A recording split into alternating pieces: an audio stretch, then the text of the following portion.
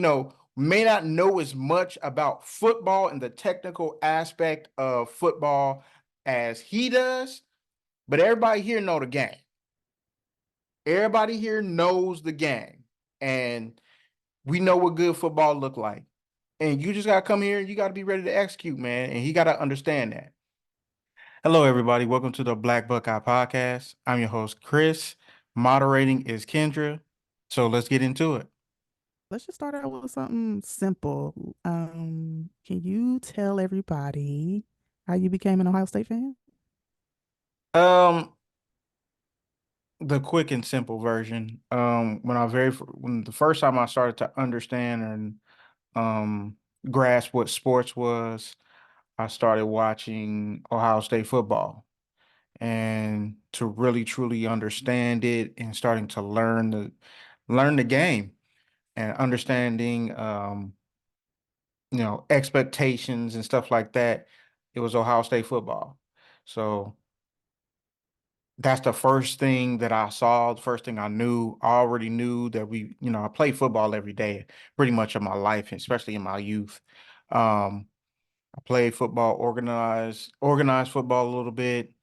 But yeah, how became an Ohio State football fan, I was born into it, man. That's what it is. In Ohio, they put footballs in your crib when you're born in some places in Ohio. So that's not the case, in Dayton, but it should be. But yeah, everybody, growing up, everybody was a Buckeye fan. And most of the people that I grew up around was black. And I'm black. I like where I'm from and I appreciate where I'm from. So I was like, hey, I might as well like all the Ohio teams. But at the time, I only liked Cincinnati because I like underdogs, and we was the greatest underdog of them all in the '90s. Um, but yeah, my love for sports and my love for football started with Ohio State, and it never stopped, man. It never will stop. I'm a Buckeye till I die. But what you want to talk about today? Well, so I don't know much, but I've been hearing that Ohio State has um hired this Bill O'Brien person. Okay. And from what I gathered, um a lot of people are kind of on the fence or they're just saying it's a terrible pick. What are your thoughts on that? I'm indifferent. Um, Am I like thrilled over the moon? No. Um, I'm happy. But if you when you go through his career in coaching, so let's back up a little bit for everybody real quick. He cut his teeth starting as a tight ends coach at Brown University. And then he went from Brown to Georgia Tech, from Georgia Tech to Maryland, from Maryland to Duke. And then he got an opportunity to be a coach on the New England Patriots in 2007 as an assistant, offensive assistant is what they have him titled as. He went from doing that to be the wide receiver coach for New England, then the quarterbacks coach for 2 years, and then 2011 he became the offensive coordinator. During that season, they averaged 32 points a game. That is the second highest scoring offense in the entire NFL, which that pretty much launched him into the point to where he was considered for head coaching jobs, and he got a head coaching job in 2012 at Penn State University. This is right after all the scandal and everything like that had happened, and he became the head coach. A little after that, and that season, he actually won Big Ten Coach of the Year. Penn State was 8-4. The following year after that, they were 7-5, and then that actually catapulted him to the Texans to become their head coach. Now, his stint with the Texans was, I mean, pretty up and down. He was a coach there for 6 years, from 2014 to 2020. His overall record there is 52-48. Um, Somewhere along the line, they gave him GM power along with being the head coach. Um, he was terrible at it. Let's just call a spade a spade. He was terrible at it. And I think this is where a lot of the vitriol towards um Bill, I think, comes from because he traded DeAndre Hopkins for basically a bag of chips and a Coke, and he got back pretty much nothing. And That's a that's terrible move, by the way. Terrible it. move. I mean, you know that you're a fantasy winner, a past football fantasy winner. I So am, but back to you. yeah, I want to give you flowers. I'll give you flowers, but yeah, a lot of people hold that against him, and as well they should. And then he ended up trading away. There were key figures for the Texans. So I mean that, and then on top of that, they weren't winning. So they end up firing him like 4 games into like the 2020 season. He went from there to Alabama to be an offensive coordinator again. He's going back down to college. The first year he was with Alabama, it was 2021. They had the number 6 ranked offense, total offense in the country. It was Bryce Young's I believe that's Bryce Young's first full year as a starter. He ended up coaching him to win the Heisman Trophy. Um, Jamison Williams ended up becoming a first round draft pick after transferring from Ohio State to Alabama, and he lit it up. Um, and which got him drafted, even though he blew out his knee. So he kind of like if you whether you whoever you want to give the credit for unlocking Jamison, that's your business. But um, he partially gets the credit because he was the offensive coordinator, so he found a way to get him the ball, and they exploded. And I think they end up losing to Georgia, and that doesn't help him because he didn't end up winning a national championship. He hasn't won any championship in NFL at this point, and he hasn't won a championship in college at this point. So, but he did coach them to the 6th ranked total offense in the country at the time. And then the following year is when I think a lot of people are holding on to like the bad parts or the low parts of his career.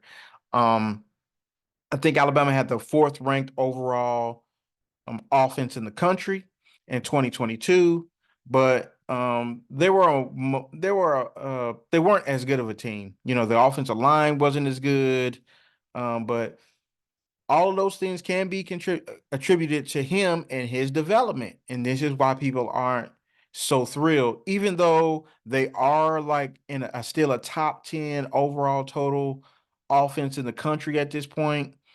um, People, you know, still weren't happy in Alabama. People weren't happy with him as a coach as a total because they felt like the previous offensive coordinator that they had was better than the one that they currently have in Bill O'Brien. So he ends up basically Nick Saban kind of like nudged him out the door to get him to go back to the NFL, where he was the offensive coordinator for the New England Patriots this past season, and that didn't go well. You had Mac Jones as your quarterback, your best receiver. Um, really isn't a number one. He's a number two at best in most people's eyes. Um, yeah, they just didn't have the talent for him to show what he can do again as an offensive coordinator, and him and everybody else got fired along the way.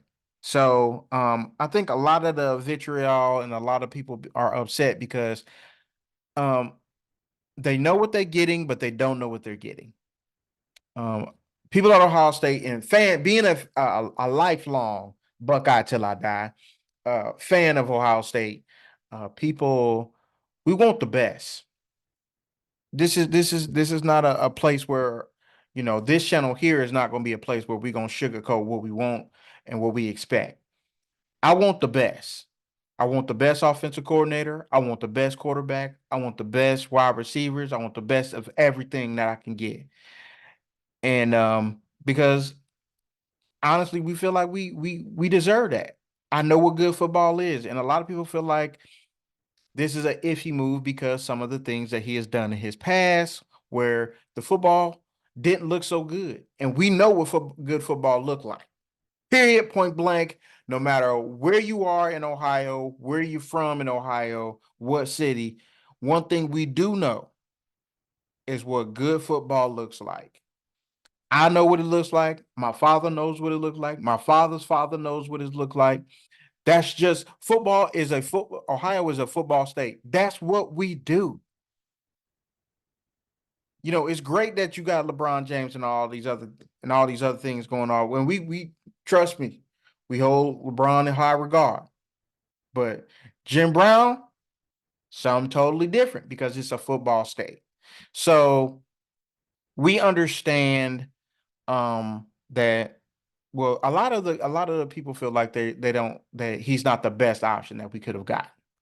And partially, I kind of disagree. When you're looking at his resume, he's had in college, he had two top 10 offenses. He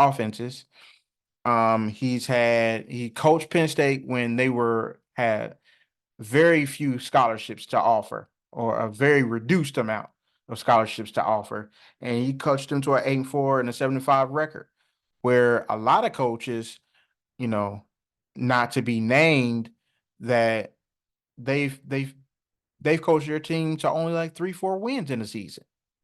So um I feel like I have a mixed feelings about it, but I do think that it can be a very good thing. A lot of people aren't sure how this is going to go and how this is going to mesh. Nobody knows how this is going to mesh or how this is going to work, but I really feel like it's still going to be Ryan's Day's offense, and he's just going to be calling that offense. Um, and that's just what it is. I feel like a lot of people still feel like Ryan Day is a better offensive mind, and I would agree with that because both of those years that he was in Alabama, he had Ryan Day had a better offense both years, but also both of those years he had C.J. Stroud, which many believe C.J. is better than Bryce Young, and he's kind of bearing that out and proving that out in the NFL right now. But you know, at this point, Ryan needs another guy that he can trust on his offensive staff, that he can kind of release the reins to, and he can step back and be basically like, you know, the manager of the team.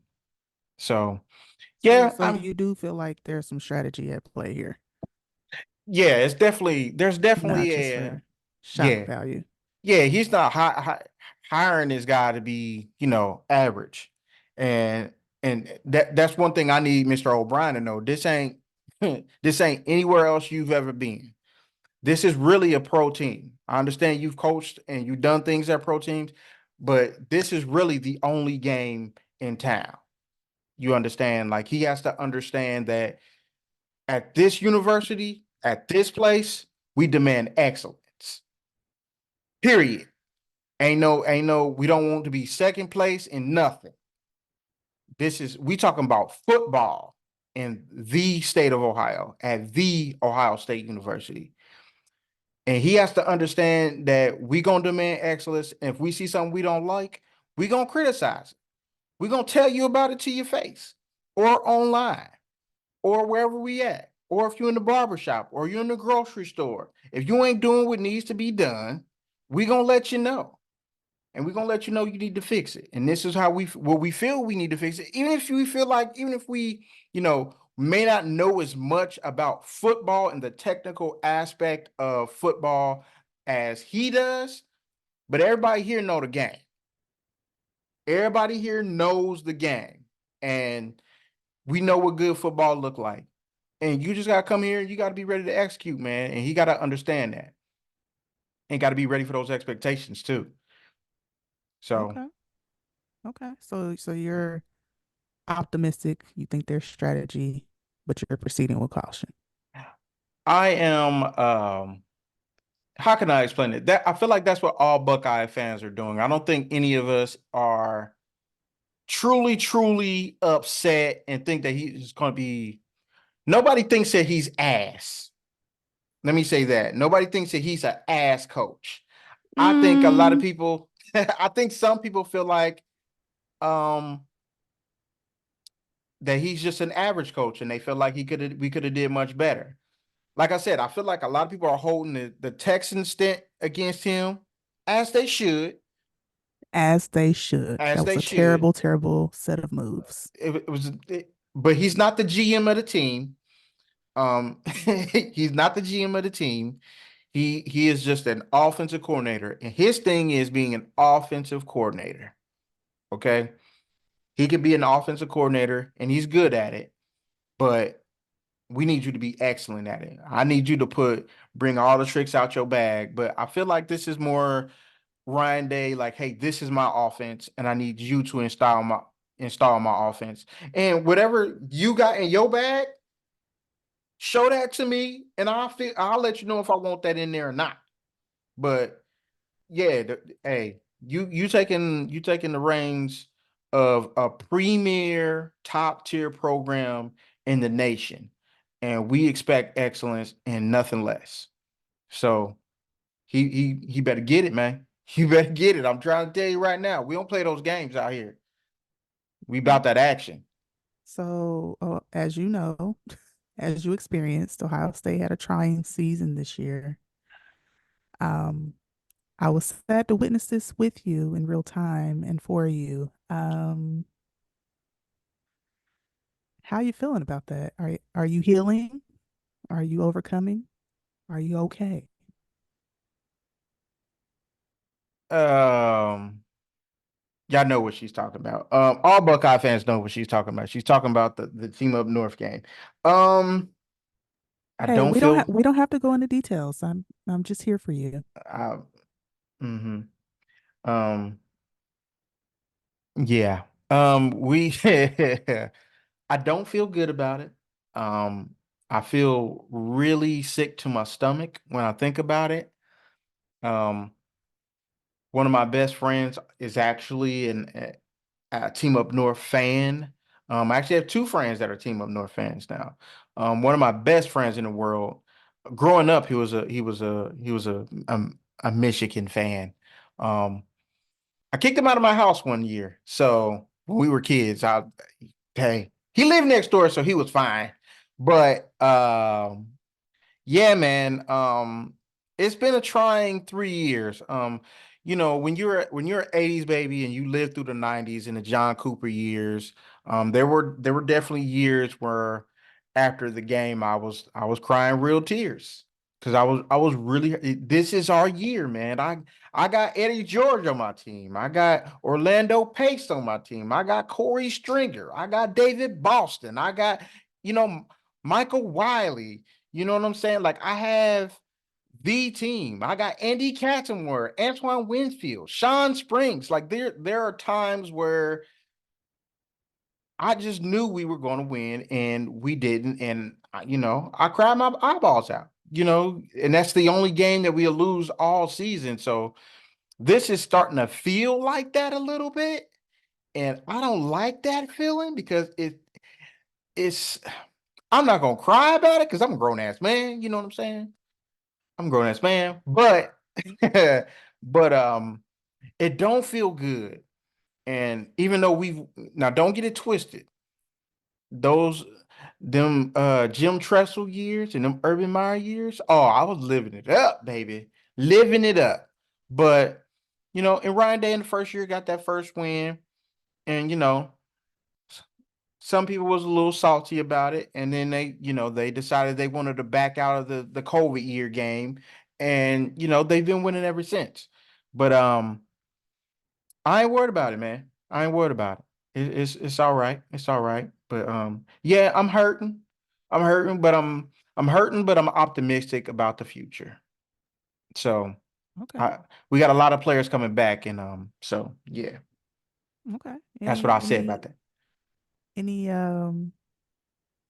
any future predictions for the next month or so? I'll say this. I'll say you will get we're recording this on Friday afternoon. I'll say this. There'll be one or two big commitments Hopefully I don't turn off this phone and then you'll turn off this computer, I should say, and something happens and it's gonna be a big boom. But I'll say we'll get probably two or three more commitments that people aren't expecting um to add to the team. Um, and I'll say this, it's going to be like shockwaves are going to be sent through the rest of college football. I'll say that. I just have good feelings. Ohio State is doing all the right things, and when you're doing the right things and you building the team the right way, I feel like this is the first time that I feel like Ryan Day is really truly being Ryan Day and understanding that the job requires you do whatever is necessary to be the best college football team that we've ever seen. And that is what you strive for. We strive for perfection over here. And if you're not, you know, the best, then you got to go. You know, not to throw dirt on anybody's name, not to throw dirt on anybody's name, or to disparage anybody, but if you're not one of the best dudes or you don't want to compete to be the best, you got to go. And I feel like Ryan Day is finally building his team that way. If you're not the best and you don't want to compete to be the best, you got to get the fuck up out my room, bruh. Take that shit somewhere else. And that's really what it is. And that's how it should be. And everybody that plays football understands that's what it is. You got to compete. You got to fight for what you want. Other buddies say he better than you. Prove that shit. You got to show me. Show me you better than me. Football is a game of will and understanding angles and being smart out there. But it's a game of will, man. My will is bigger than yours. Who wants it? You want this shit more than me? You're going to show that to me.